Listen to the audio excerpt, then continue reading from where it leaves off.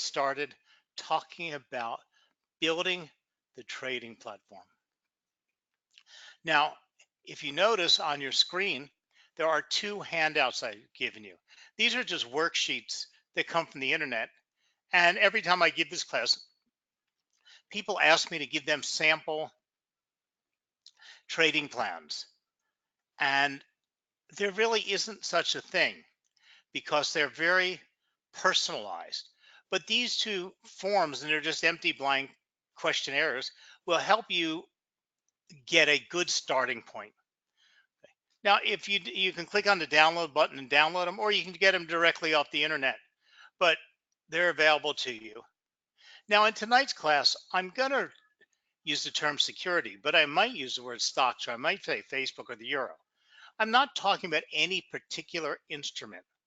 I'm talking about all publicly traded financial instruments in which an open market exists. Similarly, I intermix the terms investing and trading, but since we're all part of an ETX, we're all talking about trading. But building a trading plan works for whether you're investing or trading. You always need to have a plan. Now, in order to become a successful trader, you need to develop a written trading plan where you put all the necessary trading rules. Basically, a trading plan is your trading Bible. There is no such thing as an ultimate trading plan because there are no two exactly the same traders. And every trader has a different trading style, different strategy, different risk tolerance levels, and different market experience. So it's always better to develop one's own personalized plan and modify it as your experience grows. Now, sometimes there's a misconception that you need highly evolved market knowledge and years of trading experience to be successful. We often see that the more information we have, the more difficult it is to create a clear path and a clear plan. More information tends to create hesitation and doubt, which in turn allows emotions to creep in. This can prevent you from taking a step back and looking at a situation objectively. If you don't know where you're going, any road will get you there, but most likely you're going to get lost along the way. In trading, if you don't set out a plan for your trades and develop trading strategies to follow, you have no way to measure your success. The vast majority of people do not trade to a plan. So it's not a mystery why so many people come to the CFD market, lose their money, and run away with their tails between their legs, and they want to blame everybody else. But ultimately, it's only one person's fault. It's yours. Now, if you think about a trading plan as comparable to building a business and a business plan, we're never going to be able to beat the markets. In general, it's not about winning or losing, it's about being profitable. So think of your trading plan as a checklist. But if you decided you want to open a business, and trading is a business, but you decide you want to open a business.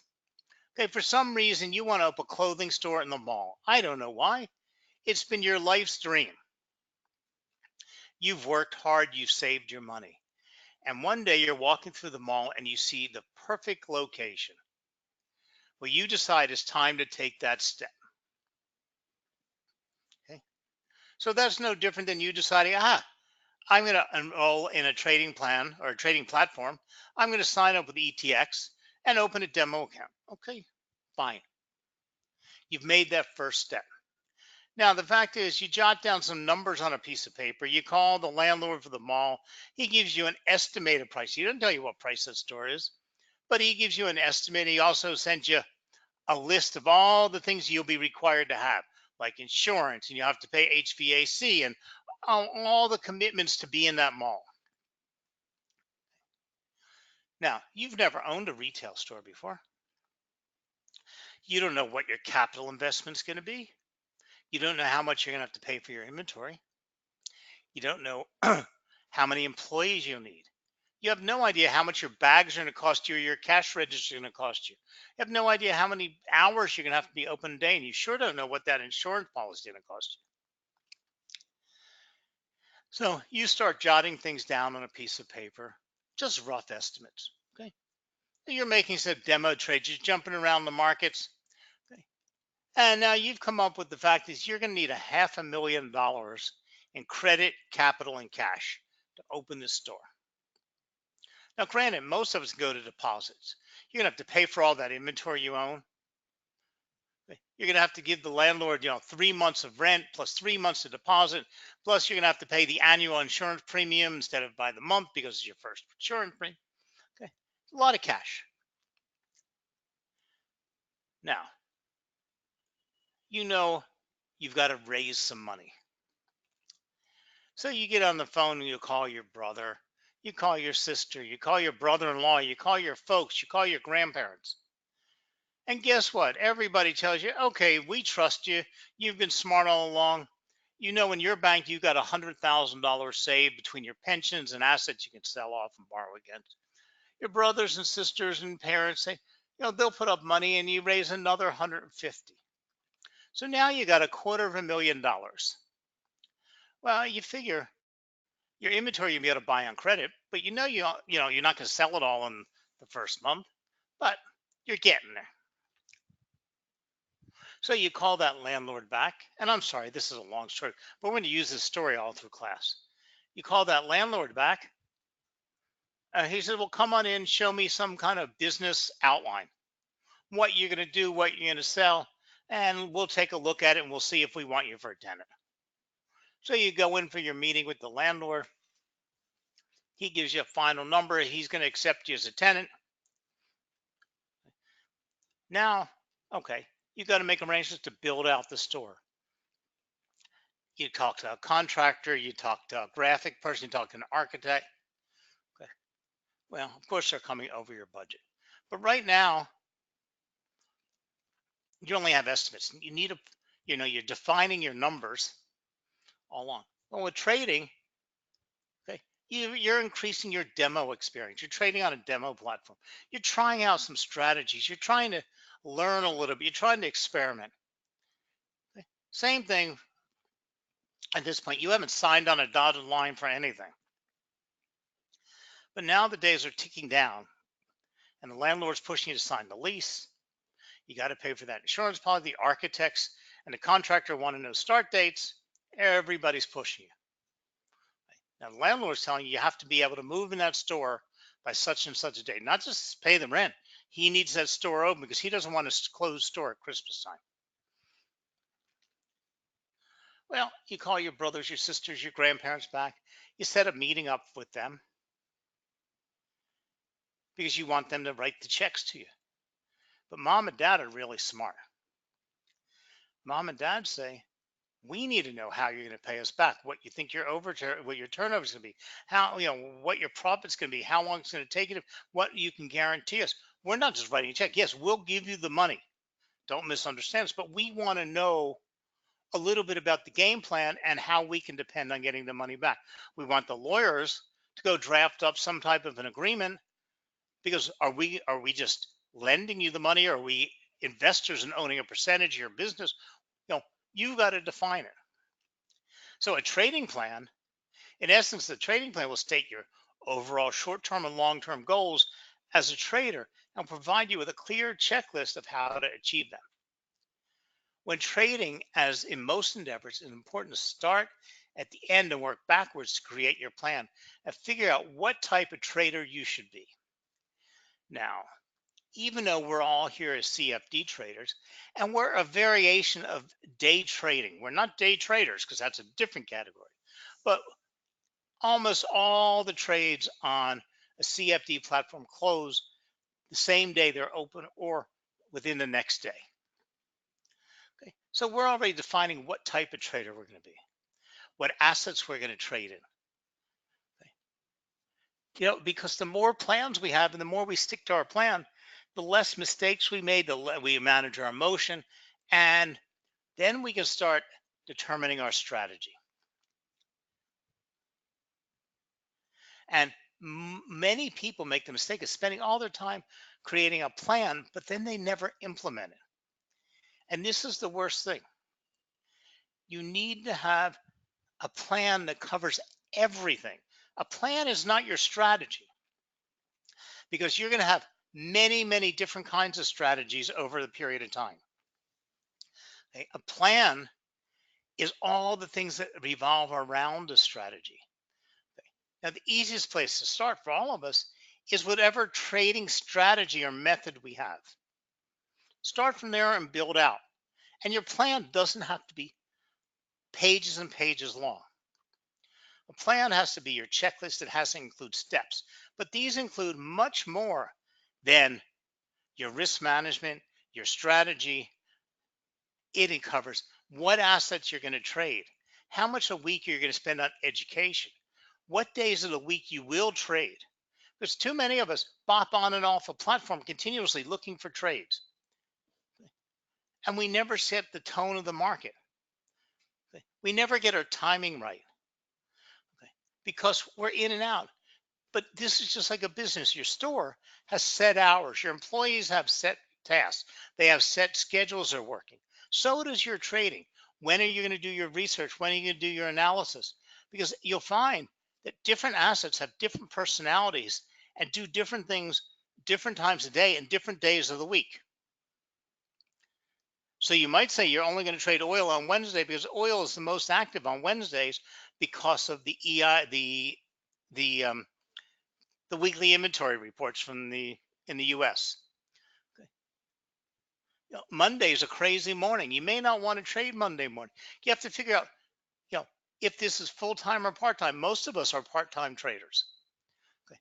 So if you figure the hours you're going to use for straight up education each week, the hours you're going to do for study and analysis and research, the hours you're going to do for improving your analysis and learning about the markets, and the hours you're going to spend doing your charting and everything else, that leaves you very few hours of trading because trading is ultimately just the final part of an entire strategy. So make sure you do your own research and build a plan according to your needs. Find confidence in what you know. The tools you have selected for your strategy are key, from what type of chart to the specific drawing tools to even the most elaborate of strategies. Test your plan in the beginning to make sure you are on the right track. After you've begun trading, continue testing it regularly. This allows you to measure your success by clearly seeing what works and what doesn't. From there, you can tweak elements that might be weaker and not contributing to the overall plan. Now, the most important part of your trading plan, not your strategy, your plan, is your risk management tools. How you're going to set your stop loss, what you're going to risk per trade, how long you'll stay in a trade, how much you'll always risk in the market, how many trades were you allowed to have open at one time? Because what you're trying to do is create an environment to make profits and minimize the risk. Because we're all about making profit. So you should begin your trading plan with your strategies. And you'll find that most of you out there in the audience tonight, and most traders I ever talk to, whether it's one-on-one, whether it's on conference calls, whether it's in seminars around the world, I find that most of them have no trading plan. Most of them can't even detail out to me an entire trading strategy because they have it in their head and they have it on their charts. And you'll find when you take that strategy and actually write it down on a piece of paper and write the steps out and each decision that you have to do and how you're going to move along, you're going to find out you're skipping a whole bunch of steps. And this will help you fill in those gray areas because this is where the mistakes happen. So in addition to your strategies, you need to put in your risk tolerance and your money management rules. So having written strategies with risk management and money management is like having a market blueprint. This is your blueprint. And I know all of you are sitting out saying, what is he talking about? He's just blowing a whole bunch of hot air. I'm not going to do this. And I'm telling you, most people don't.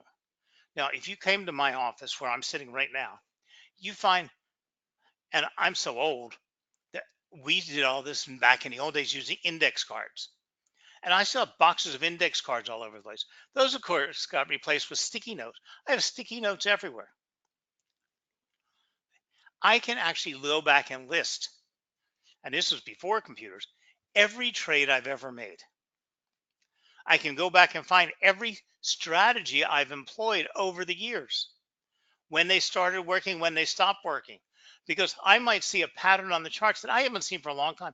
And I'm going to say, wait a minute, I remember seeing something like this happen back in 83 when we had the savings and loan crash and these stocks went crazy. And I remember seeing this in the market, and I can go back and pull out that old strategy.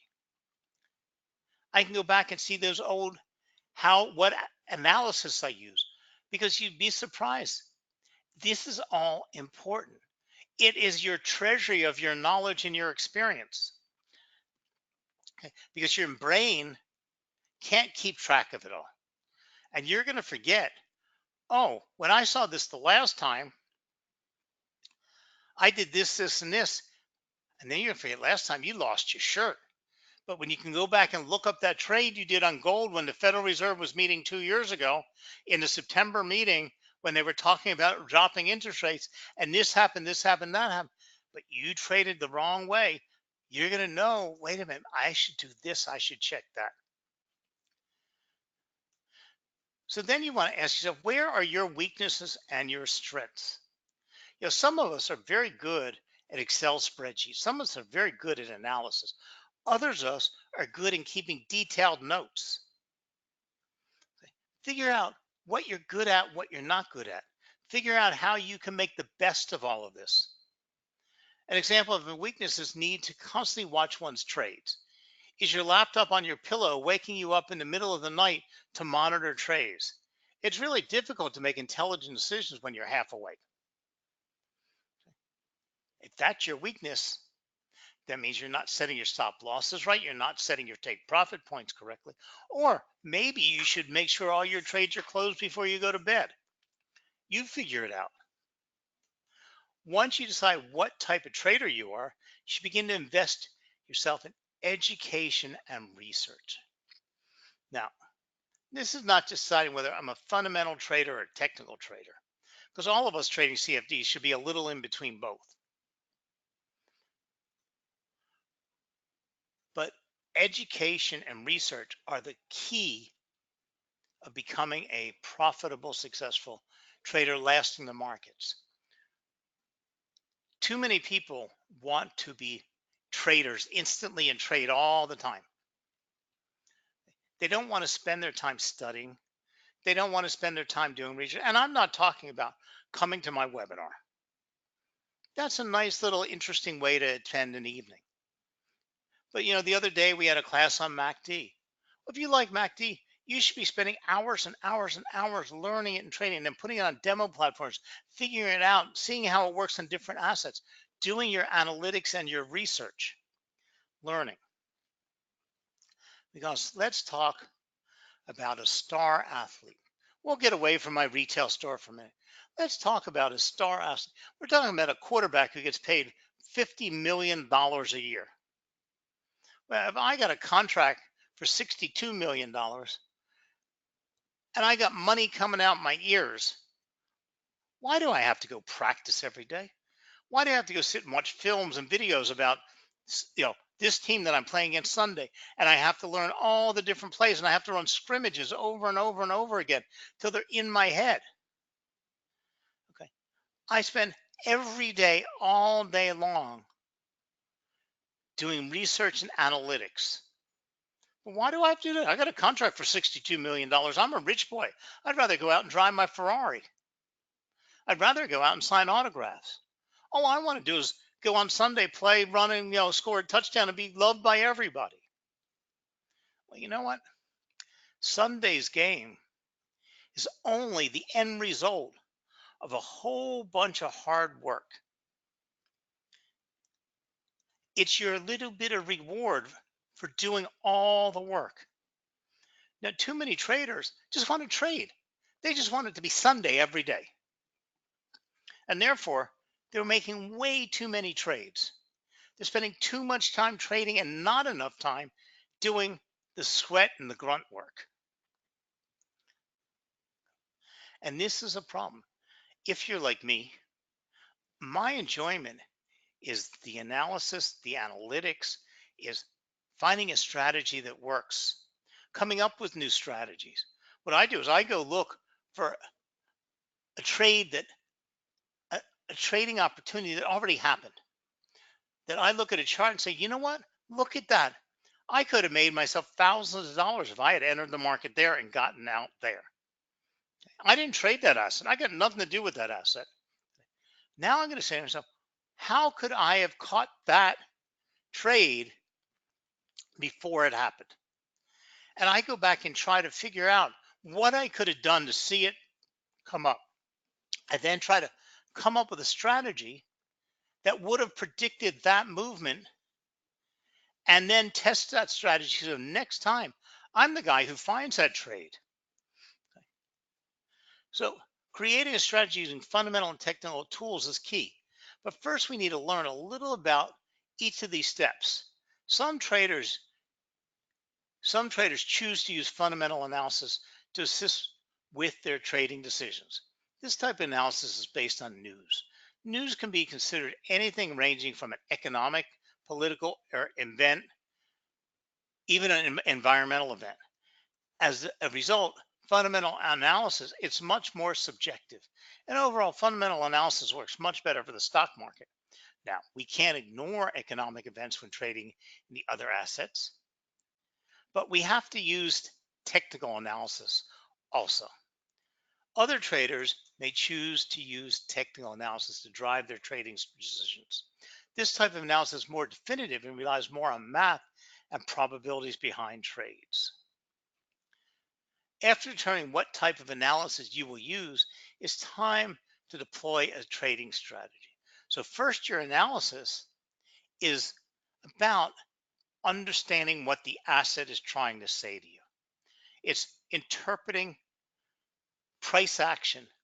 And you imagine your indicators, your chart patterns, and everything are just interpreters trying to help you to understand what prices say.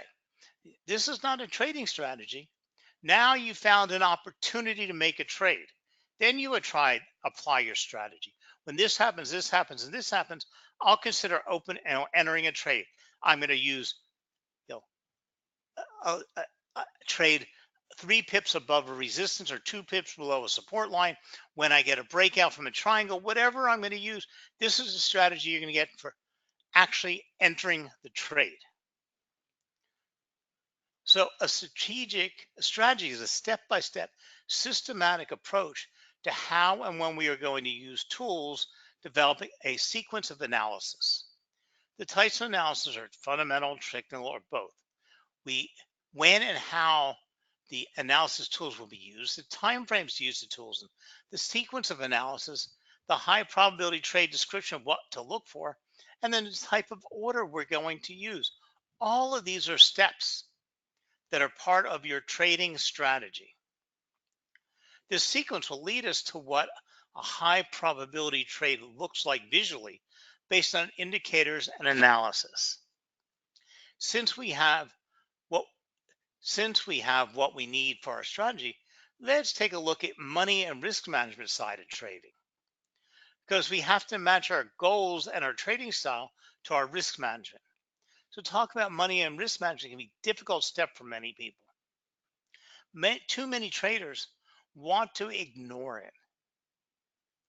But you see, your strategy will help you determine where your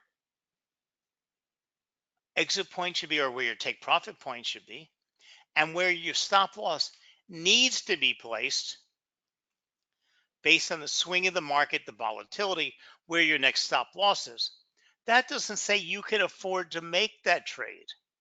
Your risk management is then what you use to say, okay, if I'm only willing to risk $200 per trade and my stop loss has to be placed here based on the trading strategy, how much of that asset can I trade or can I make that trade? And this is probably the most significant decision you make. because it is the hardest to make. Okay? Once you've figured out what your risk reward ratio is, what your profit and loss could be on that trade, now you've looked at it, you know damn well that that trade's going to be profitable, you're going to make money, but in order to do it, you got your put your stop loss where you're exposing yourself to a $500 loss. Okay?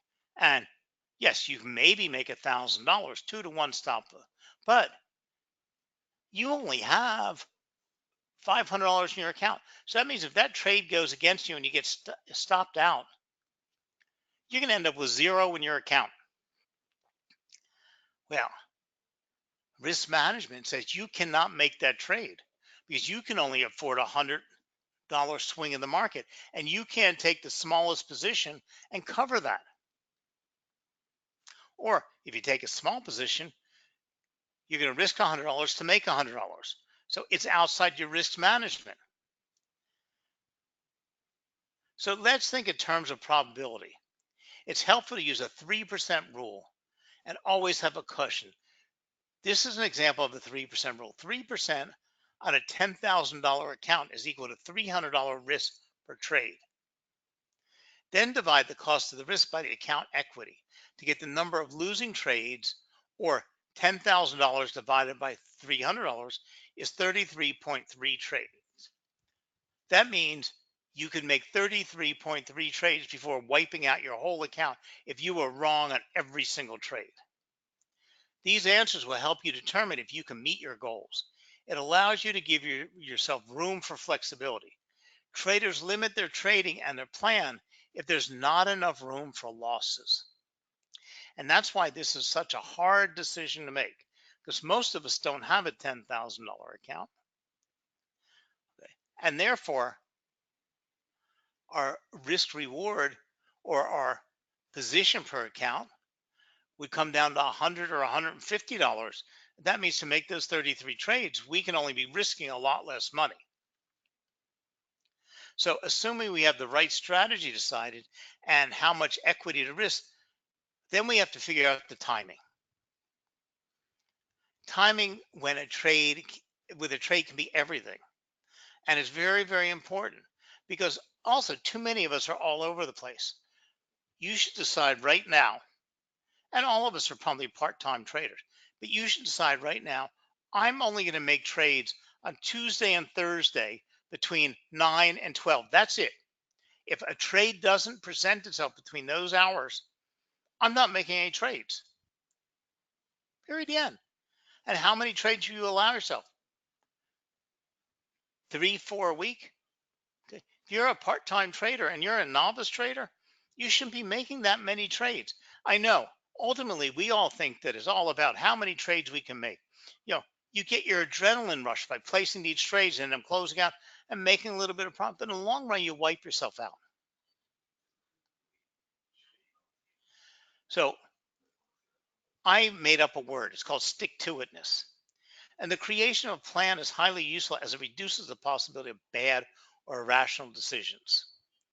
So I use the word stick to itness. I build this plan and I stick to it. Now, there's lots of elements that you can incorporate in your trading plan. It doesn't need to be that long. It does need to have some details. But if I ask 100 traders if they could send me a copy of their trading plan, I guarantee I'll have the highest rejection event of my life. Do you know to this day, nobody has ever emailed me a trading plan, a completed one? Because they just don't like to write them down and write them out. Now, back to our shopping mall owner, store owner. Unlike business owners, you generally have a business plan in order to provide a strategic vision to employees, lenders, banks, and to stay focused on their primary line of business. Most traders never take the time to create a business plan, a trading plan.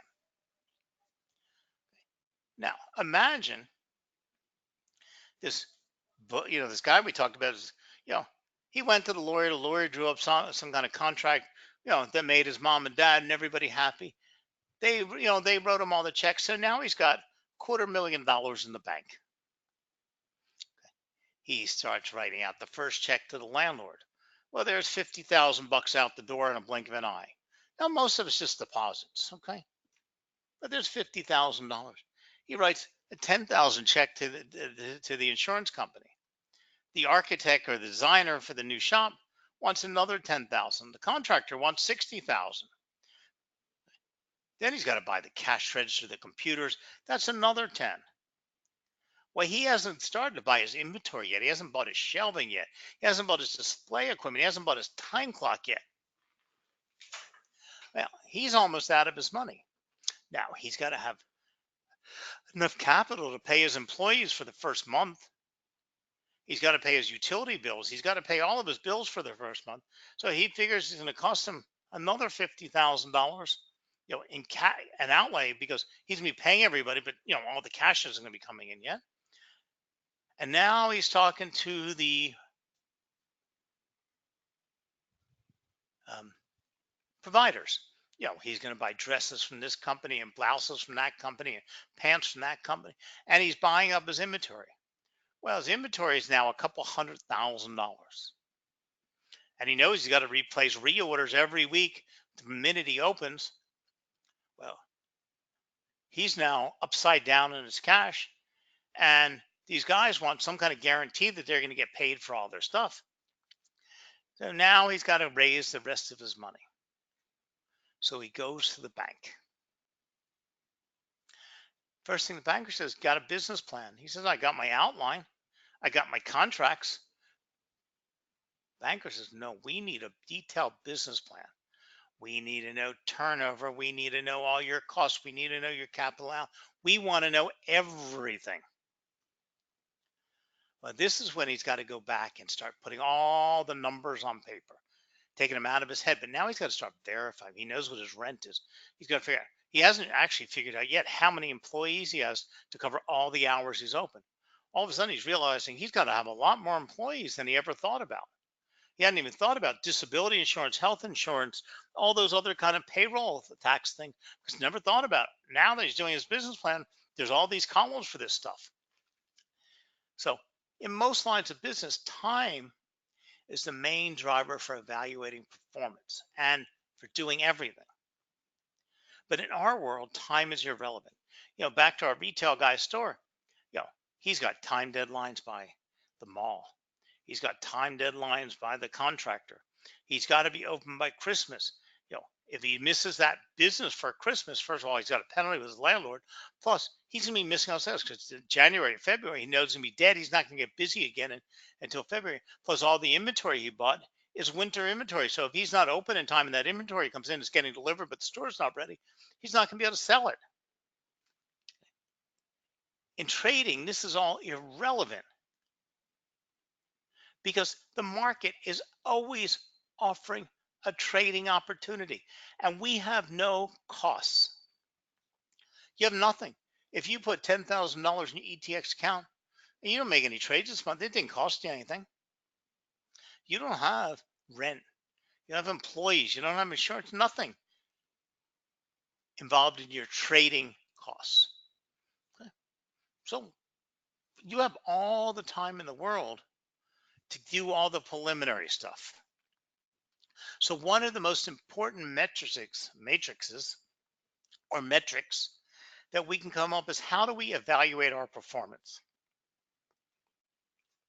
And this is built in your trading plan.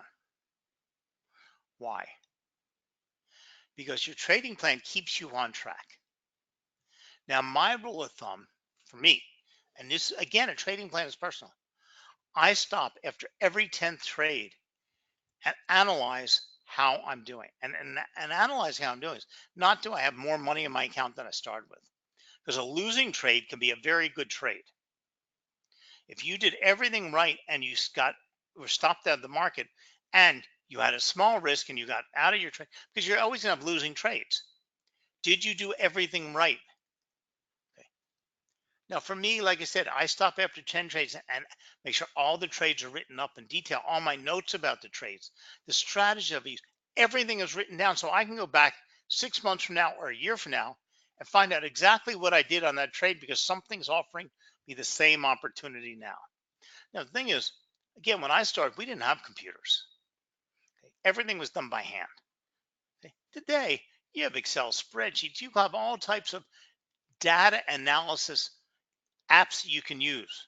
You can set up anything you want that'll save you time and effort. But it also means you can access all this data very easily.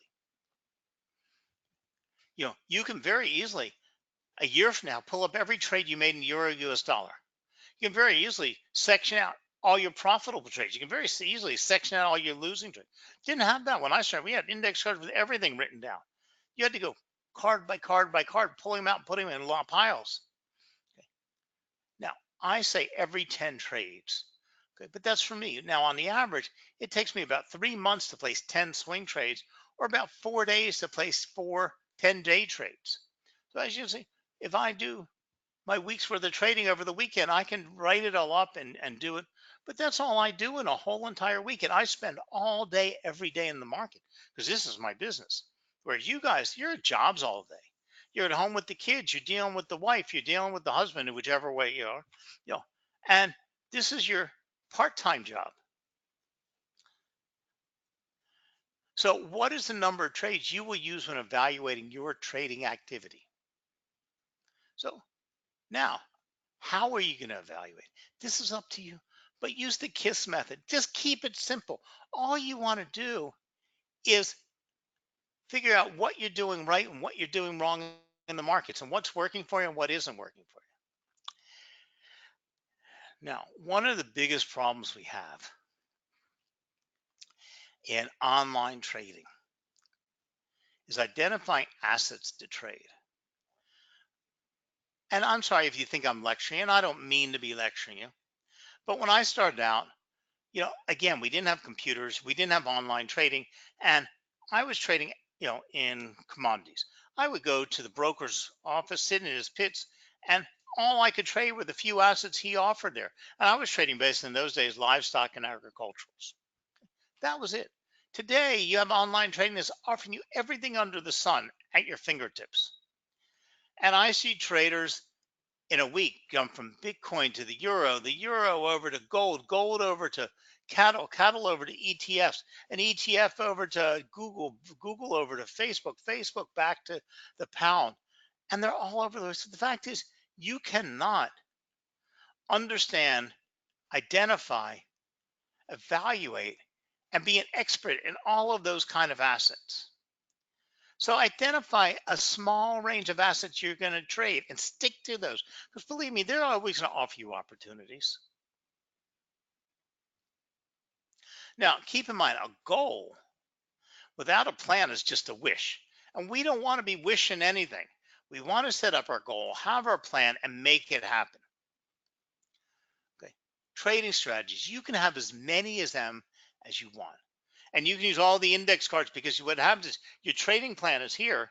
You see something happening and you go in that index card box, pull out this strategy and drop it in that trading plan. Well, you can pull it off your Excel's works, but that's the plan. That's the strategy you're using. Your plan doesn't change. Just your strategy is coming in and out. Now, also determine what you're going to do every day. First thing I do every morning is I look at my economics account. I look at the charts of the assets I trade.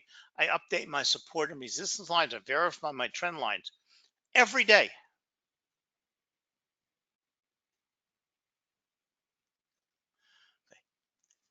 Now, your rules for how and where you're going to place your stop loss. Okay. You have it all in your head. When you put it on paper, okay, you work it out. When you work it out and then you look at a trade, you know exactly how you're going to apply your stop loss, what you're going to use to determine where your stop loss is, what and how you're going to calculate it. Because you got your risk management up there. But you see, we all want to fudge things. Okay. You really want to make that trade. So you're going to fudge how you have to determine because your risk management's got you locked in. You have to put that stop loss here. So what you're going to do is you're going to go fudge where you'd have to put your stop loss. Okay. And then we have to decide when we're going to exit a trade, not just where our place our limit order, but when we're going to panic and sell our trade, when we're going to move our stop loss up, what we're going to use for an exit strategy. All of that's important because exiting the market is just as important as entering the market. Like for me, I have certain rules that when an asset moves up past my entry point, I'll move my stop loss up to my entry point. When it gets a couple points above, I'll sell half of my position, move my stop loss up. That means I'm guaranteed a small bit of profit regardless of what happens. That asset keeps going up, I keep making more money. But if the asset turns against me and I get stopped out, I get stopped out at zero. So I already have my profit in the bank. It's like when I was younger, I spent a couple years in college in College of the Virgin Islands in St. Thomas. I was on a golf scholarship and they offered it to me. Now, we were right by Puerto Rico. Puerto Rico was known as a gambling island those days, had huge casinos. Now, when my folks would come visit me, we'd spend, I was staying in Puerto Rico and we go over to the casino. Now, my dad and I played blackjack and I was always great with numbers. My dad was an all right blackjack player. I mean, we were playing $1 tables. Come on, we're not big gamblers. But my mom would stand behind us. And as we have some money on the table, and we're not paying attention, we're talking, we're doing whatever we're doing. My mom's sneaking chips into her purse because she knows my dad and I aren't going to leave that table till we lost all of our money. We go back to the room, we're all upset because we lost all the money. My mom's got a stack of chips on the nightstand. We didn't lose our money. We had profit because my mother was sliding part of that profit of coming up with our exit strategy. Okay. And this is what we have to do. You don't have your mom, and I don't have my mom anymore, but we have to find a way that we're going to start locking in our profit and get out of those trades and end up with some profit at the end. So the keys to success, my friend, begins with a winning attitude, a plan, and a decision. Okay. One of the most important things we've harped on tonight is how much money can I use per trade? Also, how much money you will let be in the market at any given time. Now, another important rule is when you take breaks. I have a firm rule. After I finish 100 trades, no matter what day it is, no matter when it finishes, I stop all my other trading. I close my computer, I close down my platform, and for 24 hours, I don't do anything. I pay no attention to the markets. This is not a Saturday, it's not a holiday. It's my break from the markets. What it does, it reinforces mentally that I'm in control of the markets. The markets aren't in control of me. And then lastly is what we call limit up and limit down. Now, set a limit that if you lose so much of your trading capital at any point during the day, you're going to close your computer, close the platform, and walk away and go fishing. Why? When you've had a bad morning or bad one or two trades, whatever you're doing, you tend to get in a slump. You tend to get a little annoyed. You tend to get too aggressive in your trading, where you're trying to recover your losses. Okay. Before that happens, close your computer, come back tomorrow with a fresh mind. But the same thing happens the opposite way. If you have a really good trade first thing in the morning, take your profit, close down everything else, take the day off. Because if you made a lot of money in the morning, you tend to get too lenient, too lax with your trading rules throughout the day. Because guess what? I made $1,000 this morning. So you know what? I should only be making a $200 trade, but I'm going to make that trade for $500. And I'm going to set my stop because I made money already this morning. Well, by tomorrow morning, guess what? You don't have that $1,000 anymore you made, and you probably got around to break even or lost a couple bucks. But when you made that $1,000, if you would have shut down all your trades, closed your computer, and gone fishing, guess what? Tomorrow morning you still have the $1,000. It's all about controlling your emotion. It's about being in charge. So, just as a starting point, I gave you those true trading plans. Now, I know most of you tonight aren't going to go home and do anything or aren't going to stop after we're finished. But I'll tell you something. When I hear from you in 3 months or 4 months now and tell you you lost all your money and it's this one's fault and that one's fault, my account manager, this one now, yeah, I'm going to sit back and say to you, did you ever write down your trading plan? Did you ever do your business plan? Yeah, the reason your store went broke and you closed up is because you kept buying pink blouses and medium length pants, and you bought too many larges, not enough smalls. And if you look at your inventory, yeah, you're sitting with all your blouses in extra small and extra large, and you have no smalls and mediums. And in this part of the country, everybody's small or everybody's very large because you're in an inner city. Okay. Or pink went out last season. Okay. You had all the wrong stuff because you didn't do your right research, you didn't do your right analysis, you didn't track your inventory correctly. It's like having 10 people walk in your store be in love with those pair of shoes, but you sold them the sevens, the eights, and the nines out the first day they came in, and now all you have is the fours and the fives and the tens that nobody fits in. So everybody loved those shoes, but you never sold more than those three pair because you never ordered fast enough the right size. Maybe you should have learned that you should order 1 5, 3 7s, 4 8s, 6 9s, and 1 10, but you didn't figure it out. And before you knew it, your store was shut because there was no more money. So it's the same thing with trading. Take your time, educate yourself, do your research, keep your emotions in check, and do your homework.